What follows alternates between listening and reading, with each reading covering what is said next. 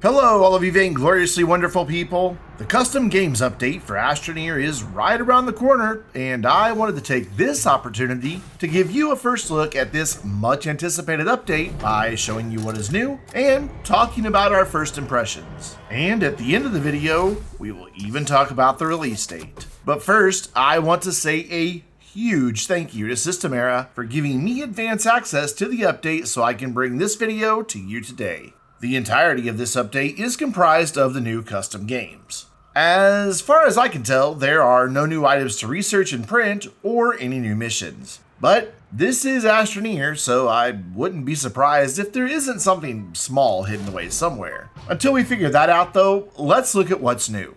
When you launch the game, you are immediately greeted by a slightly different start screen with a brand new custom games option near the top. I have to pause right here and give my first bit of feedback or else I might forget. The icon indicating a custom game in the saved games menu is identical to the one for creative games. I kinda hope that this could be changed in the future, just to make it easier to identify which save is actually a custom game and which is a creative one.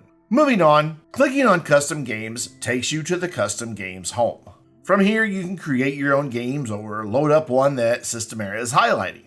At the time I recorded, there was only one, SES Hardcore Mode. I tried it out for a bit and it was fun, but I don't want to spoil anything about it for you, so I'll skip the details. The next tabs contain a list of your cloud save configurations, shared game configurations, and locally saved configurations. For the latter, you create your own custom games that are only saved locally. For those that you choose to share, you will find them in the shared game configurations menu. You can also import another player's configuration by entering their config's share code in the import config setting, then clicking the download icon. For cloud saves, if I understand this correctly, this is where you will find the saves you have shared to the cloud, along with those you have downloaded, but I could be mistaken on that part. No matter which of these menus you're in, you have the option to create a new configuration, which takes you to the custom game mode screen, where you can get really creative in choosing options for your own custom game.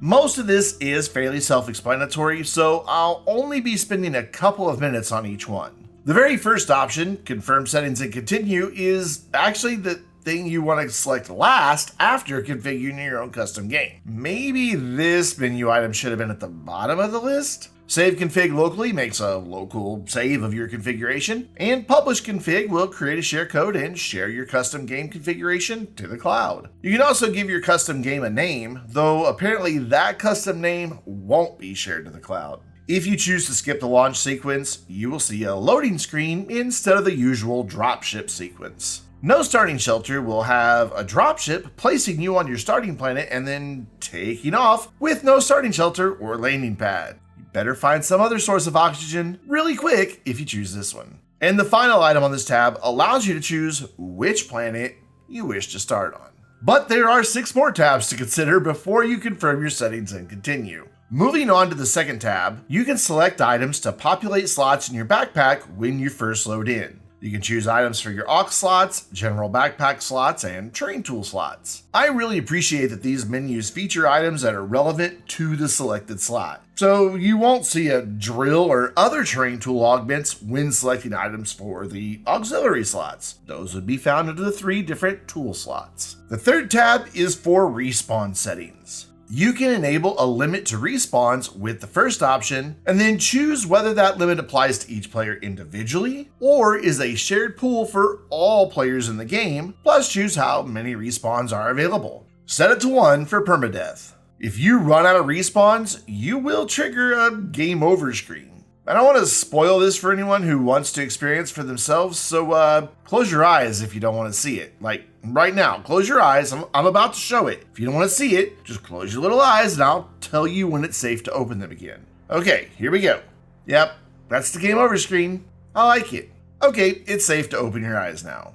Your save is not lost forever if you run out of respawns. Instead, it will automatically be converted over to a creative mode save, which disables achievements and missions.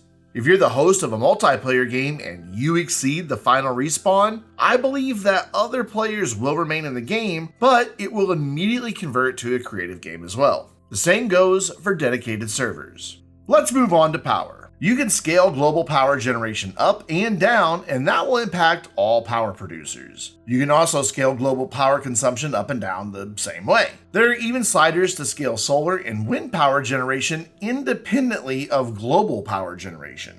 I haven't yet tried scaling up the global power generation to its max along with the wind and power to see if it yields phenomenal cosmic power, but I can't wait to try. The default value for all the power sliders is 1, which will have all the power stuff working like a vanilla game. Oxygen settings are pretty basic. You have a slider to adjust oxygen consumption up and down as you wish, or just enable free oxygen entirely. And this is where I once again have to give huge kudos to Systemera.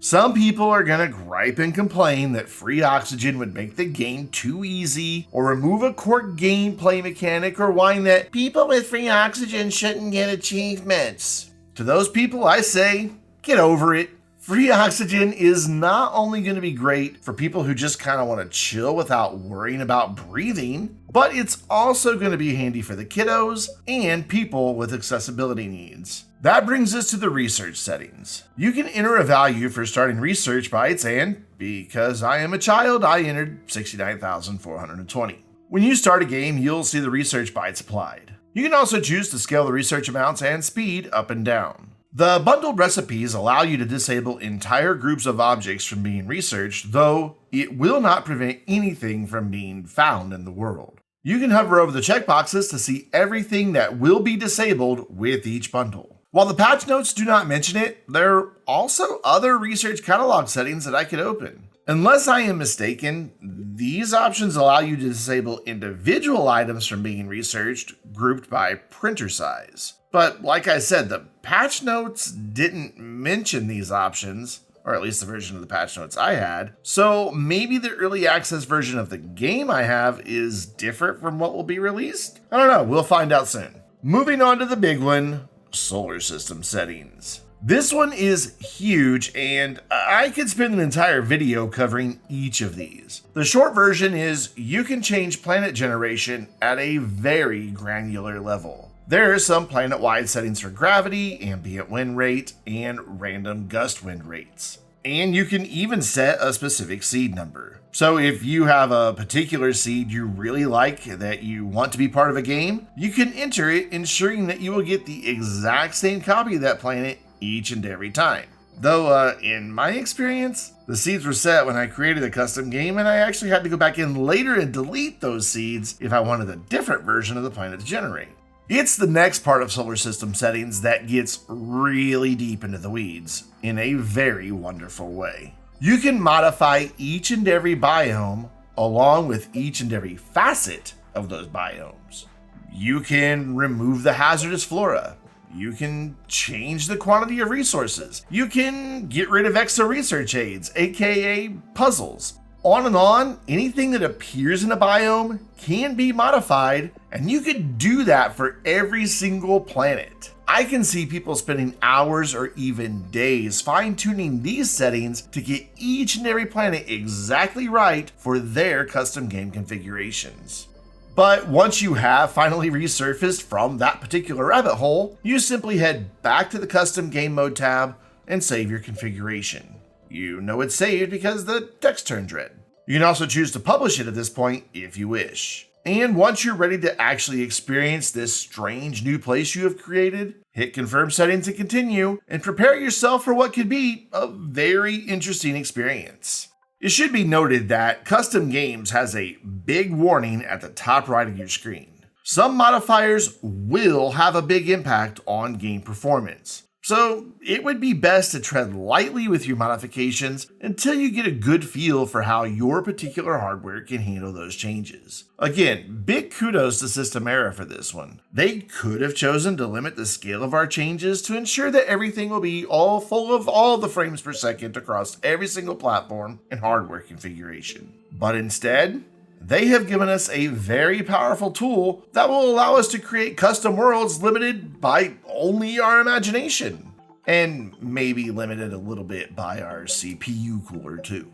There are also a few known bugs that exist. The main one related to custom games is that power generation settings are not affecting all power generated items properly. The patch notes specifically call out RTGs, generators, and batteries for this one. But since they have it documented as a known issue, I'm sure they're working on a fix for this. The patch notes also contain a few other known issues that persist with this update, and I'll leave a link down below so you can read the full patch notes for yourself. But they also list some bug fixes. The most notable are that printers should no longer be messy and wind up dropping resource nuggets all over the ground.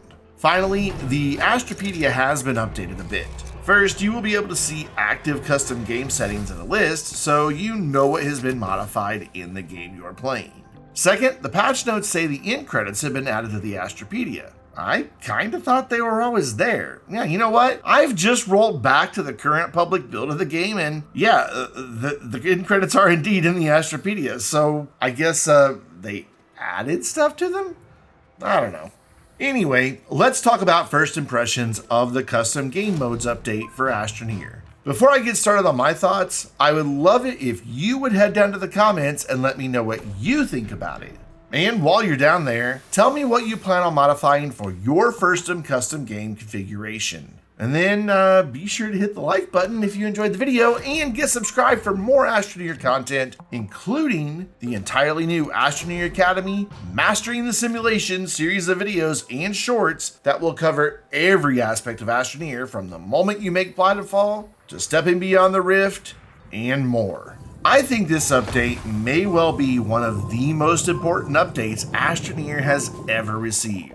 Being able to create a custom configuration for each playthrough with the level of detail available in custom games quite literally opens up the doors to a nearly infinite number of new ways to experience Astroneer. Short of official mod support, which will probably never happen, nothing else to date has had this level of impact on the potential for keeping players coming back to Astroneer again and again. Custom games can easily accommodate those who have long wished for a more challenging experience, while simultaneously removing pain points for players who struggle with certain aspects of the game. I believe the decision to keep achievements, limited time events, and missions intact for all custom games was the right choice. If you want to make things super difficult for yourself so that you feel you really earned that exodynamic solar system mastery achievement, go for it. Pretty much nothing is stopping you. But on the flip side of that coin, those who want a more chill or accessible experience can still enjoy the game and work toward getting that shiny gold tryhard palette too. Personally, I think that is awesome. Beyond that, I think this update has the potential to reignite the speedrunners of Astroneer, as they can now agree upon a custom game configuration where all variables are identical and consistent across every speedrun attempt, leaving nothing to RNG. I can also see the community jumping at the opportunity to create and share their own custom games with friends and the Astroneer community to experience. I really hope Systemera stays on top of keeping the list of featured custom game modes fresh. Doing so would ensure players can find a new and interesting way of experiencing Astroneer month after month after month. And all of this means people will play Astroneer more often and keep coming back to it more often. And you know what? I kinda love this cute little spaceman game. So I'm all for anything that keeps people playing it. So all of this brings us to a very important question. When can you play this update? Well, this video goes live on Wednesday, July 12th. The custom games update for Astroneer is scheduled to drop sometime tomorrow, July 13th. Keep an eye on Systemera's socials and your favorite game platform to find out the exact time you can start configuring your own custom games. And that wraps it up for this first look at the custom games update for Astroneer. This has been a longer video than I usually create for Astroneer updates, but I think this one is worth it. Don't forget to head down to the comments and share your thoughts on the update. And be sure to look out for Astroneer Academy videos and shorts pretty much each and every Wednesday, starting next week and running for the next several months. I also hope you'll join me for the premiere of the Astroneer Academy trailer tomorrow. Several friends and I put together a fun, short little video to help us all celebrate the return of Astroneer Academy. But until then, I'm Brandon, reminding you to stay vainglorious.